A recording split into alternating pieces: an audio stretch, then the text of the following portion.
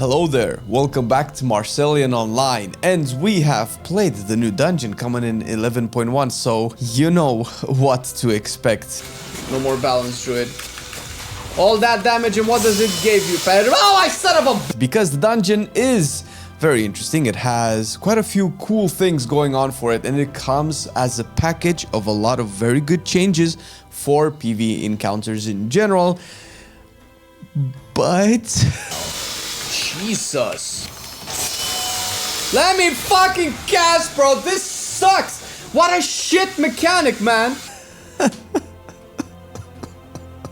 But as you can tell, I'm a little bit worn out. Let's see why. First of all, going into the new dungeon, some of the first things that you will see, and let's say maybe the biggest bonus that we will receive in 11.1 is a complete overhaul of the visual representation of mechanics, particularly swirlies and big circles that you either have to soak or get out of. These happen to be in a very distinct color palette that presents a very high contrast to the rest of the terrain environment, making them extremely visible when it comes to seeing when it happens on the ground. And to be fair, the color palette is a little bit cartoony, which doesn't do it for me as much, kind of takes me a little bit out of the game. And I think this is also what the devs have been talking about over the years whenever they were mentioning that, you know, in a fire boss room they want to have orange/red/yellow type circles to kind of make it feel like you belong in a fire boss room where everything is red and fiery, and you cannot really have blue circles in a red fire room, similar to other encounters like we've had in Dragonflight, with the Nimue encounter being a famous one, where the entire room is a green hue blue combination of the two, and the swirlies and circles are pretty much the same color. Makes it a little bit harder to see for some people, and definitely people who have accessibility concerns when it comes to recognizing the patterns of the colors and differentiating them from the ground and seeing certain blues or not seeing certain blues. We've had also feedback from people struggling with these types of mechanics, admitting that they're just having a much easier time seeing what's actually happening. So if we're going to have to trade off a little bit of immersion with a little bit more accessibility to actually make people able to see the encounters and the swirlies and everything that you need to dodge, then I think this is a really good trade-off. And this is just the start. We can only assume this will happen in the raid. By the time you see this video, the raid testing will probably have started, and we will have confirmation on whether or not these swirlies and these mechanics in this visual representation will happen in the raid as well. I don't imagine this will be particularly difficult to implement, even if it's not part of the initial raid testing, since they have retroactively changed the animation of ground effects in the past as well. All in all, to keep the long story short, you will be able to see swirlies a little bit better. What remains to be tested, since we're not fully out there yet, is will these swirlies be obstructed by other ground effects like famously the Unholy Death Knight's Defile?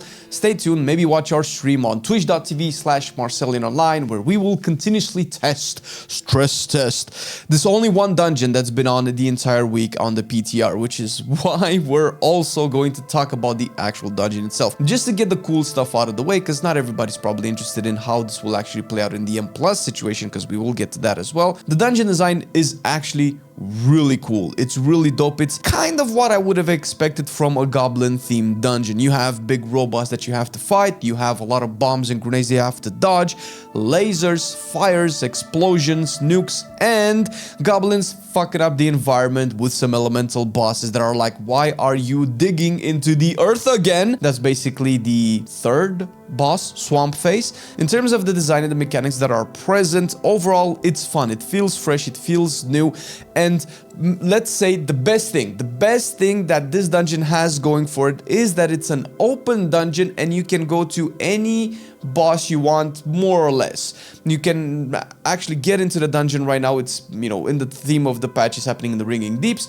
There's two accessible bosses. You can go to left or right, whichever way you want. You can pull any packs you want, supposedly, because we still don't know yet. There's actually the freedom of choosing where you get your 100% trash clear, so that you can choose which ones you want to do and which ones you not, because the second half of the dungeon is very, very linear, so you don't really have a choice there. It's like two choices. Now, with that out of the way, let's talk about the bosses real quick. Big Mama, that's my favorite boss.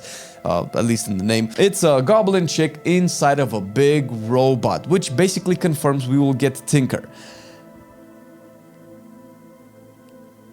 No?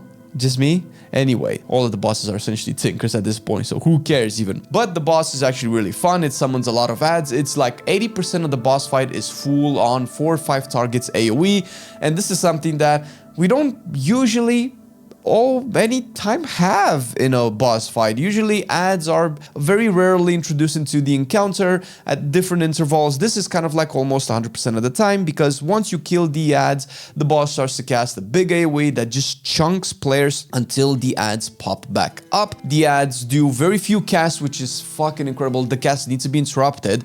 They're terrible. You need to interrupt those casts, but they're very far and few in between, so yay for that. And to be fair, the entire trash of the dungeon doesn't have that many interrupts that go for it, so this is a big plus. And now that I'm thinking about it, actually seems to be in response to the criticism that we have had for the season 1 dungeon pool, where it just felt like we just have to interrupt all the time and we never had enough interrupts or enough CC to stop these casts, which in and of itself means that there's more room to add casters into your composition, because casters are obviously historically very bad at interrupting. They have the longest cooldown on their interrupt tracker, so now you can probably play your mage, your warlock, your priest even better and not have to worry that you're dragging your team behind because you don't have enough interrupts. This is good. This is good. Now, this is the first boss, Big Mama. There's a bunch of trash that goes in. I'm not going to talk about everything. There's probably other content creators that will do a much better job at telling you all the mechanics. The second boss is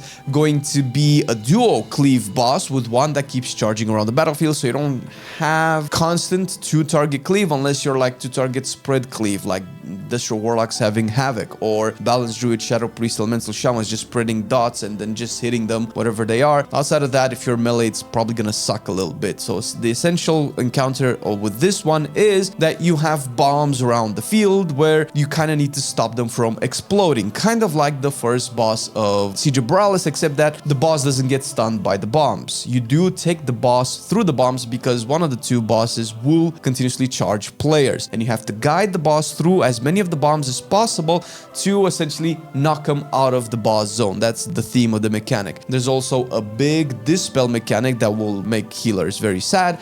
That needs to be placed on the bombs, and once you dispel it, the bombs get knocked up into the air again, and that's essentially how you clear the entire bombs. If a bomb goes off, it applies a heavy dot that doesn't necessarily wipe you, but it will be a bitch to heal, and your healers will confirm this. And the other boss will continuously shoot lasers that I believe you can still aim at the bombs and clear them, but I'm not 100% sure. It doesn't feel like this is intended, because you do, with the charges and the dispels, you have enough to actually clear all the bombs. You cannot walk into a bomb to detonate it yourself, however, and you cannot immune it. So it is what it is. And before we go to the third boss, which is Swampface, I do have to say that even though some of the things are pretty good and they're nicely designed so far, there are a couple of fights and one particular mechanic that is going to shred, pun intended, your face and everybody else's faces. And I'm talking about the chainsaw mechanics, which I think happened from the big robot trash ads. That is just overtuned to high fucking heavens, man. This unfortunately makes it incredibly difficult for melee to enjoy the first part of the dungeon, because I think every player spawns 2 saws kind of like in a V shape where the saws intersect, and they deal heavy damage. And obviously they'll have heavy damage the more you stay in them. You have to constantly move out, and I think their mechanic is that it hits you about 2 to 3 to 4 times per second. I'm not sure if this is intended or if this will remain by the time the dungeon comes out, but it's a lot of damage. And if there's like the tank plus 1 or 2 melees and your guys are stacked together, because you always fight these mobs in kind of enclosed spaces, then you're gonna spawn these on top of each other and you're going to chunk your melee group a lot. And for casters, you just have to move a lot, which still sucks, but it is what it is. And usually there are probably 1 or 2 instances where you have to pull 2 of these mobs together because you cannot break them apart, so the mechanic just overlaps again and again, and that's particularly difficult. Now, going into Swampface, this is one of the bosses where like, if you're not coordinated, we're gonna wipe, because the boss will throughout the encounter link 2 players together with an algae type yo-yo rope. Obviously, since there's 5, one of them will usually escape this mechanic, and that's usually the tank, and that's probably good. And what happens is, if you go too far away from your assigned partner, the chain yoinks you back together at the middle meeting point, and that sucks because when this happens, you also have to dodge a big one-shot frontal that you cannot soak. You probably might be able to immune, but then you'll probably be killing your own partner. The way we figured out to do this, that makes it a little bit easier, so everybody just moves clockwise around the boss with the yoink so that the chain never actually extends and janks you back together in the middle. Outside of this, there's a very nasty mechanic that I suspect will be the hardest mechanic to deal with, not the actual chain, but what happens after is the boss will constantly erupt patches in the ground, and from the eruption spawns a lot of water waves, tsunami little things that deal massive damage to everybody, plus you constantly take damage throughout that fight again, which will make it incredibly difficult for healers to deal with, because the healers will have to heal quite a lot of damage for this, and will have to dodge the waves for additional damage as well. And that is a little bit nutty, but that is the entire fight, and great, we don't have 17 mechanics to deal with. That is fantastic. And after you kill this, you go to the second part of the dungeon, and this is where it stops being fun. The second part of the dungeon is where you have, first of all, a little mini boss, which is not the worst offender of this. It's a big Murloc that just puts heavy dots on everybody that scales, that will chunk healers' life expectancy by quite a bit. Will spawn little bubbles that will shrink the area that you can be in, because the bubbles do a lot of damage if you pop them. As a tank, you can probably pop it. I tanked with my bear and I went through the balls and I didn't really have an issue taking all of that damage. It was not a big problem, but if you're not a tank, you're probably gonna have a hard time getting it. Plus, there's a bunch of other mobs here that you might not want to pull, that having a less area to fight in might become a particularly difficult experience. There are a couple of trash mobs going further into the dungeon. They have the electrocutor mechanics that constantly cast chain lightning, put a dot on people where it needs to be dispelled, or at the end of that dot you get stunned and you cannot remove that stun unless you probably have an immune, and that dot does heavy damage, and there's a chance that you might want to pull 4 of these together, and that just means that the healer is on a constant dispel cycle. That doesn't seem like it's particularly fun, but these mobs are a good example as to why you won't be able to pull a lot in this dungeon, which is probably one of the shittiest things that you can do to a tank in a group when you're essentially telling them that they cannot pull a lot. But the worst offenders have to be the 2 guards before the last boss, which I think you fight one before that as well, and these are the bloodlust guards. These are so overtuned. They're definitely the hardest thing that you have to do in the entire dungeon at this point. It is unreal and unfun how highly tuned these are, and we'll talk about the tuning after this as well. But what these do is they chunk the tank with tank bosses, and there's 2 of them, and it doesn't feel like the tank bosses are going to be easily mitigated, and you're probably gonna run out of defensives as a tank the more you take to kill these 2 mobs. You really want to kill one really quick. We've had examples of these mobs like the 2 before the first boss in Mythic Scythe, like the shamans in Grim Battle, where they both start to blow up at 40% HP and start to kill everybody.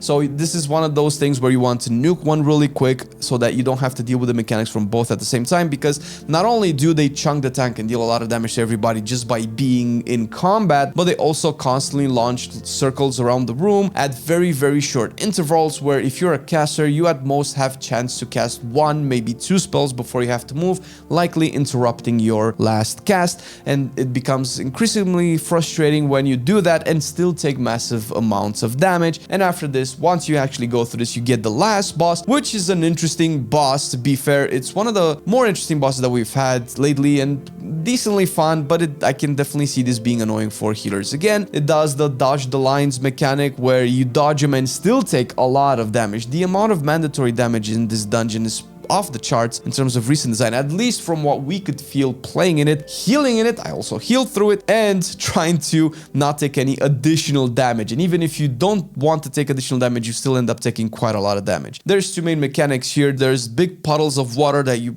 kind of want to dodge, and then there's 2 mechanics that electrify you in some way. One puts a circle around you that blows up with electricity that you want to not put into the puddles of water, because it will electrify that water, and obviously that water will be shitty to go through. And most of all, because you have the second electrified mechanic where a ball of lightning jumps around and chases you throughout the battleground, and it does this for every player in the party. So, and you want to guide that little bomb into a water puddle so that you can get rid of the lightning because it chases you endlessly. If you electrify the puddles with the circle, then you run out of puddles to kite the bomb around, and then you'll end up just having to do laps around the room until new puddles spawn, and that's not the way. That is pretty much it when it comes to the encounter in and of itself. In the PTR testing that we've had, so you can see sometimes it's buggy, sometimes you don't really see the Mythic Plus interface where it shows the key level. Some of these last keys that you might see on the screen, they have been a plus 12 because you probably won't see the weekly affix, since the weekly affix has been a bit buggy and it would be debuffing the enemies to take 100% less damage even if we cleared the affix, and that really sucks. Speaking of the affix, the first version of this dungeon that we've done on Wednesday, I think it was, we had the new affix where a ball spawns around you and rotates around you. I think it was clockwise, and if somebody else in your party goes through it, it soaks it and buffs the entire party with mastery and leech. Now that means that you cannot soak your own orb, you have to soak your friend's orb, and your friends have to soak your orb. It's neat, it's not that bad, it gives you a very substantial buff. We'll see how this will end up scaling, but of course after plus 12 that won't matter anymore, which is where we actually ended up testing most of the mechanics just to make sure that we eliminate the possibilities of the dungeon bugging a little bit way too much. This is the dungeon, and it at its core design is not too bad, with the exception of the second half of the dungeon, which seems like it's just overwhelming you with mechanics, and the first part was just so good that it felt like, oh my god, we're in the new Mythic Plus season. Now it comes down to tuning. I understand that this is PTR and numbers will definitely change, it will not stay this way. However, it is almost copy-paste of the beta experience that we've had before season 1 of The War Within, where pretty much everybody has said, yo, these mechanics are hitting way too hard. This is going to be a way too hard of a Mythic Plus season. It's going to kill the vibe of the season and make players think it's unfun, which ended up happening, which where we are right now, where there's a ridiculously low amount of people actually playing the game, and especially playing Mythic Plus, which Mythic Plus is the driving force of the replayability value of WoW once the season is, you know, halfway through towards its end. That's basically what people are still doing. The only people who are still playing WoW religiously are Mythic Plus pushers, but now they're gone because it sucks, and this dungeon seems to repeat that cycle.